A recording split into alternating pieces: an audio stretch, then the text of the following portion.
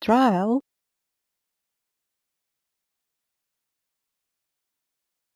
trial,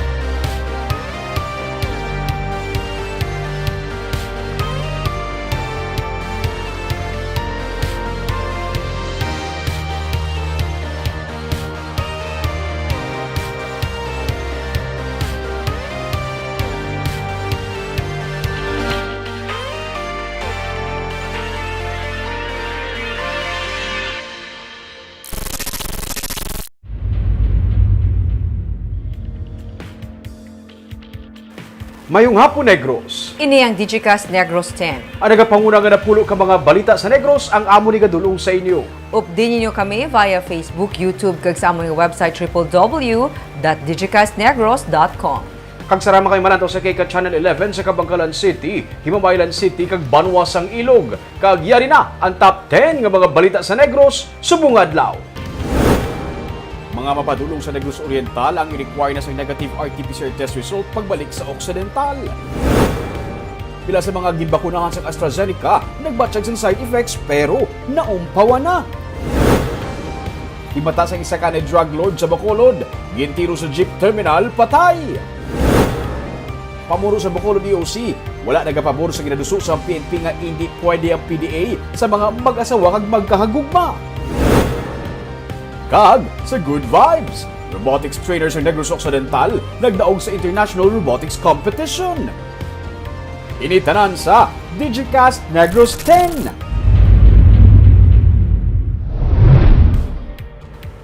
Sa number 10, low pressure area nga yara sa area sang Palawan ang ginapaabot nga madula subong nga adlaw. Base sa weather advisory sa pag-asa, bisan pa nga wala na sang low pressure area, may posibilidad sa gihapon sang pag-ulan sa Southern Luzon kag Visayas tugas sang epekto sang tail end of a frontal system. Ang panahon para sa sini nga semana sa Bacolod City kag Negros Occidental ang ginapaabot nga mangin mapa ang tugas sang easterlies nga may dala nga localized thunderstorms o kun lapta-lapta nga pag-ulan. Mangin makanay naman ang huyop sang hangin sa baybayon. Nagapanugyan ang pag-asa sa publiko nga mag-ulu-aligmat sa lakat sang panahon bangod indi mapakta ang mahimo pagbunok sa mabaskog nga ulan nga makatugas ang flash flood o kun landslide. Sa number 9, nagapadayon ng adlaw-adlaw ng pag-inspect ng DPWH sa mga truck sa dalanon para may baluan kung bala overloading sila o kung hindi.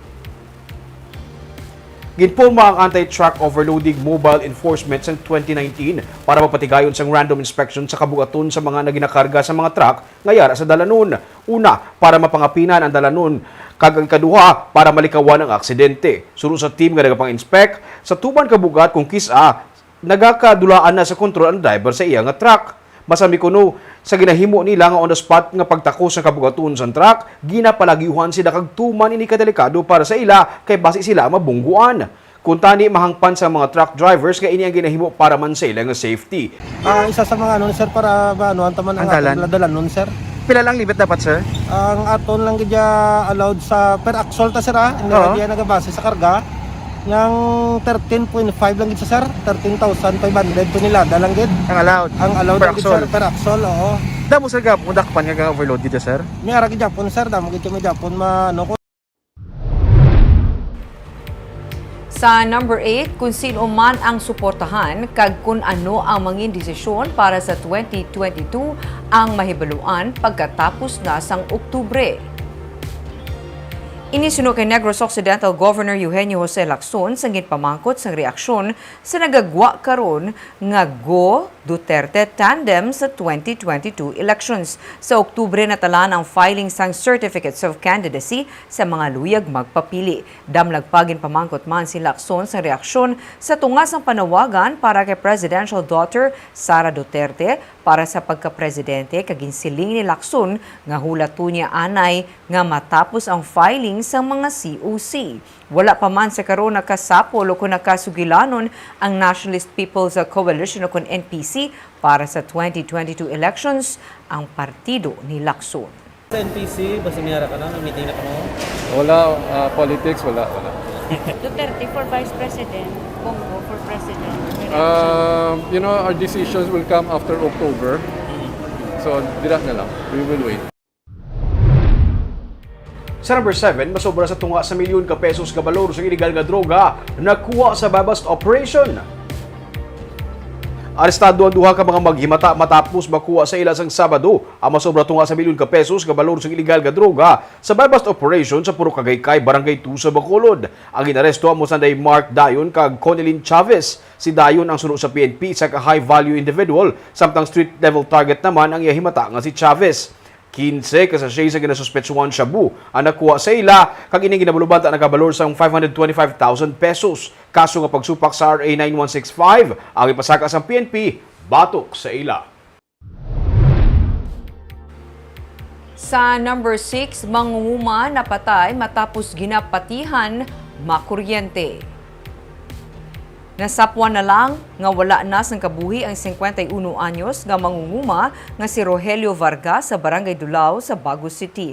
Sandig sa investigasyon sa nagligad nga Huwebes pa ulihi nga nakita sa iya pamilya si Vargas matapos ini magwa sa ila balay kag wala na makapauli pa. Siya nasapwan sang iya utod sa kanal sa kilid sang dalan sang Sabado. Suno sa pulis, nagapangkuha sang gabi sa kanal ang biktima sang iya matandugan ng live wire kung sa diin siya ang nakuryente.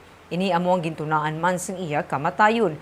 Ginpaidalom na sa autopsy ang bangkay ni Vargas. Sa number 5, himata sa isa ka convicted drug lord sa syudad sa Bacolod ang patay sa pagpaniro. Iya nga kahilabtanan sa pagpatay sa isa ka pulis ang isa sa mga anggulo sa karon nga ginalantaw sa PNP nga posible may kahilabtanan sa iya nga kamatayon.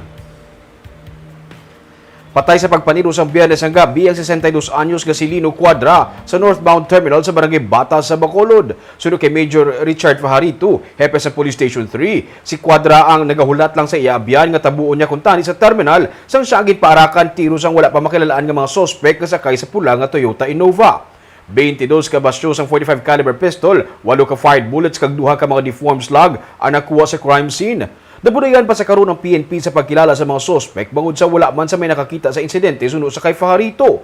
Sila ang nakakuha man sang kopya sang CCTV pero hindi man klaro ang itsura sa mga sospek bangod sa madulom kag nagainulan pa. Ginahibalo pa suno sa kay Fajarito sa kapulisan kung isa sa mga illegal nga droga o kung isa ang illegal nga droga sa mga motibo sa pagpatay kay Cuadra. Bangod sa ang iyang himata man sa doanay nga convicted drug lord si Boy Cuadra kag ang anak ang nadakpan man sa 2019 bangod sang illegal nga droga. Pero ginsiling ni Fajarito nga wala sa drugs watch list ang Police Station 3 ang biktima kag ila hibaloon kung siya ang yara sa drugs watch list ang iban pa nga police stations. Isa lang sa ginatutukan nga anggulo karon sa PNP suno kay Fajarito amo ang kahilabtanan ni Cuadra sa pagpaniro sa duha ka mga pulis. Isa si Cuadra sa 5 ka mga sospek sa pagpanglutha kung sa diin isa ka pulis ang napatay kag isang napilasan sa tung 2012 sa Golden Fields Commercial Complex. Padayon karon ang investigasyon sa PNP sa abong kaso. Sa number 4, Executive Director sa Bacolod Emergency Operations Center ang indi man pabor sa luyag nga ipatuman sang PNP nga pagpangasaway kag pagmulta sa mga mag-asawa kag magkahagugma nga makit-an naga-public display of affection o kon PDA. Para kay M.Ang, tuman na ang epekto ng pandemic sa mga pumuluyo nga wala na gani ang tanan sang social life para makalikaw nga malatnan sang virus kun pati ang pag-inuyatay sang kamot sang mag-asawa kag magkahagugma ang hindi man pasugtan pati si ang magapamalabag man diri. Damlag pa nagpagwa sang statement ng PNP nga kutob sa mga makit-an nga mag-asawa kag magkahagugma nga naga-agbayanay kag nagauyatay sang kamot ang ilang nga sawayon. Kung mag-abot na ang order gikan sa National Office, ila naman multahan ang mga madakpan. May mga netizens nga nagkwestiyon sa siningalihok sang PNP nga daw nangin parehos man sa natabo damlag pa nga pagbutang sang motorcycle barrier kag sang ulihi ginpauntat naman lang. We have been affected badly enough nga wala na tagadi social life amo pagidala pagid na hindi na ma-object man ko sinay. Sa number 3, kaso sa COVID-19 sa Negros Oriental ang parayon nga pagnubo samtang nagaparayon naman ang ilang vaccination program. Nagpanaog na sa 92 ang active cases sa Negros Oriental matapos mag-record sang 26 ka new recoveries ang probinsya. 7 sa bagong recoveries ang gikan sa Dumaguete City nga karon may 15 na lamang ka mga active cases. Ang syudad ang ginakabig sa tung epicenter sa COVID-19 sa probinsya bangod sa pagdangat sang kaso sa masobra sa 1 ka gatos pero karon amat-amat na ini nga nagjutay. Sa Dumaguete City man halos mga frontliners o kung mga nag-oobra sa ospital ang una nga nakaambit sang Sinovac vaccines nga nag-inabot sa probinsya sa Lunes. Sunod sa kay Dr. Lilan Estacion, ang Provincial IATF sa Negros Oriental, masobra 1,000 na ka mga frontliners sa ospital sa Dumaguete ang nakababakuna sa Sinovac vaccine nga ginpain sa probinsya sa away kontra COVID-19. 92 karon ang COVID-19 cases o kung ang active COVID-19 cases ang Oriental Negros. Samtang kahapon, may dugang naman nga 20 kabago kaso sa COVID-19 ang Negros Occidental. 15 ang locally stranded individuals kag nagpauli sa probinsya. May duha naman kabagong local cases ang Bacolod City. Sa number 2, may napulo na kaginbakunahan sa COVID-19 sa Western Visayas ang gin-ospital matapos makabatsyag sang adverse effect. Pero sila ang nag-ayon na sa karon. Samtang padayon naman ang pagpanagtag sa syudad sa Bacolod sang AstraZeneca vaccine sa mga ospital. Yaring report ni Marty Go.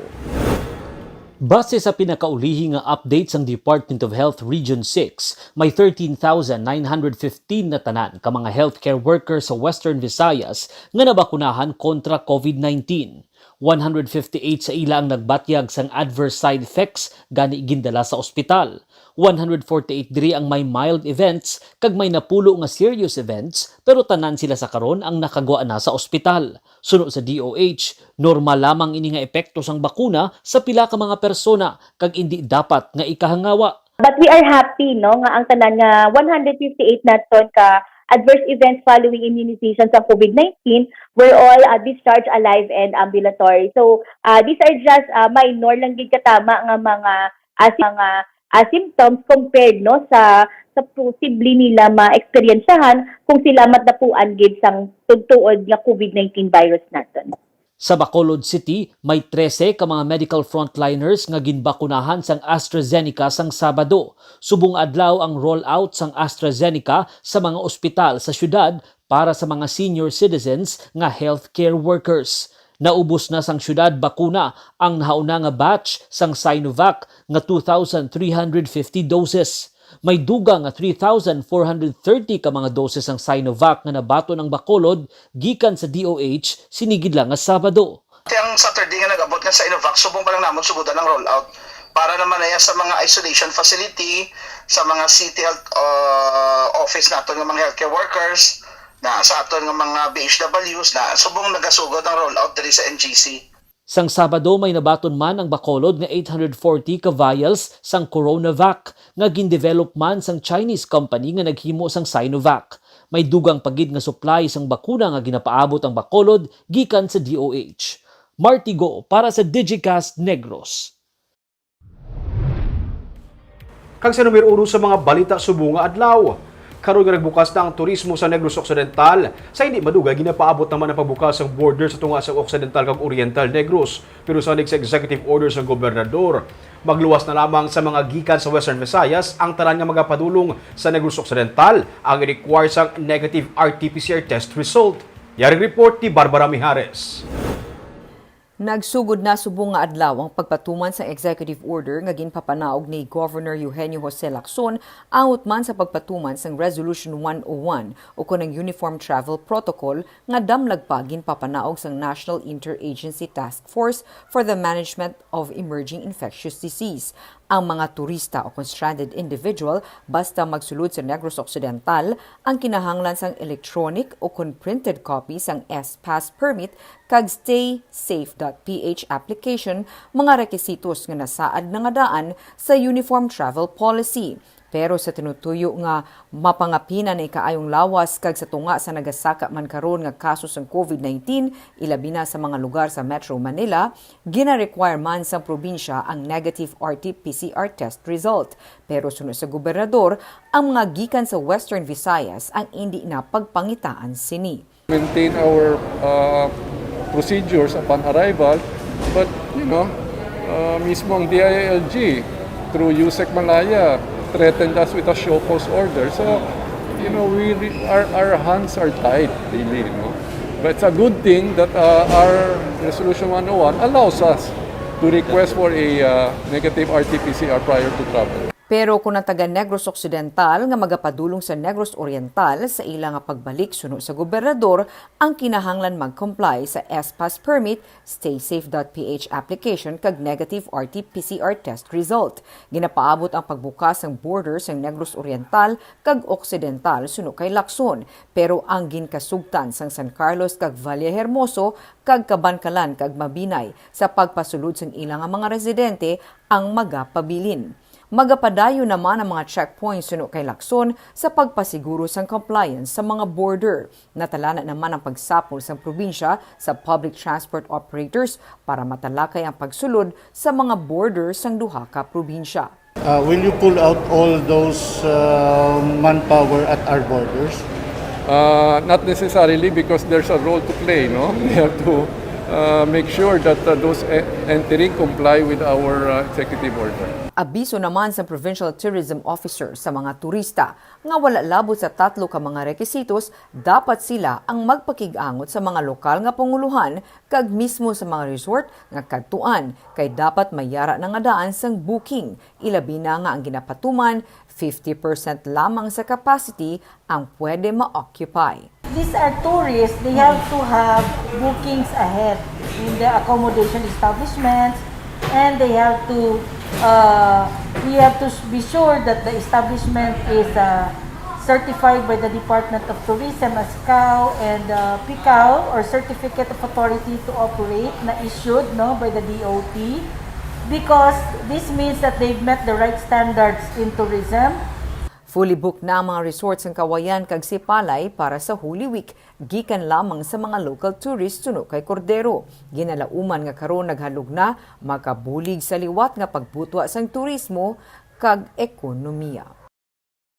Sa Good Vibes, isa ka robotics trainer ang nagdaog sa isa ka international competition. Iya gintiglawas ang pungsod Pilipinas sa mga virtual competition. Yaring report. Champion sa sumo mini category sa Ayer no kon Inatel Robotics National Cup 2021 virtual competition ang nulitsi player nga si John Philip Bautista. Ini ang pinakauna nga international competition nga ginpakigbahinan sang nulitsi kung sa diin sila man ang nagtiglawas sang pungsod Pilipinas. 50 ang nakigbahin sa amo nga kompetisyon gikan sa mga pungsod sang South America kag Asia. Kag sa siyam ka mga pungsod sa Asia, ang Pilipinas lamang ang nagdaog. Let's work it together because this is the future. Thank you again. Congratulations. Sang Biyernes ginpatigayon ng awarding ceremonies via online. Labing ginpasalamatan ni Bautista nga isa ka trainer ang higayon kag ang pagkilala. Thank you. Congratulations, John Philip. Nagalaom ang probinsya makapakigbahin pagid sa iban nga kompetisyon. Thank you for sparking interest and developing talents all around the world. Thank you for spearheading this activity. We look forward to more activities with you, and the provincial government is 101% supportive of all efforts in this field of robotics. May duha ka mga entries ang Pilipinas, ang isa gikan sa Pinoy Robot Games kag ang sa Nulitsi. Ginsugda ng Iron Cup competition 5 ka tuig ang nagligad sa South America, Brazil kag Mexico. Bangod sang pagpanghangkat sang pandemya, ini ang nahauna nga tion nga ginpatigayon via online ang kompetisyon.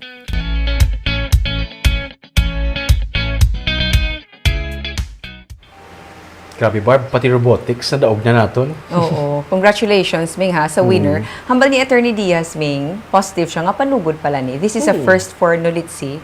Nulitsi, Barb, iya ka government, iba iya ka provincial government ni siya. Oo. So, congratulations sa tanan. Hindi lang sa iya, Ming, sa tanan, everybody. Kay kabalaman ta kung diin ginagsugod ang Nulitsi, di ba? Kagrabe ha. Pinakadudugay, expect ka na Barb. Sino mo expect ka robotics, maintrahan mo, madaog ta, di ba? Doon ako, wow, grabe. Robotics na So, sige, to na, sooner or later, basi who knows, basi mas daas mo yung standard yung set nila. Bantayan ta na, Rumi. Kaya pa ito mga balita sa Negros, subo nga adlaw.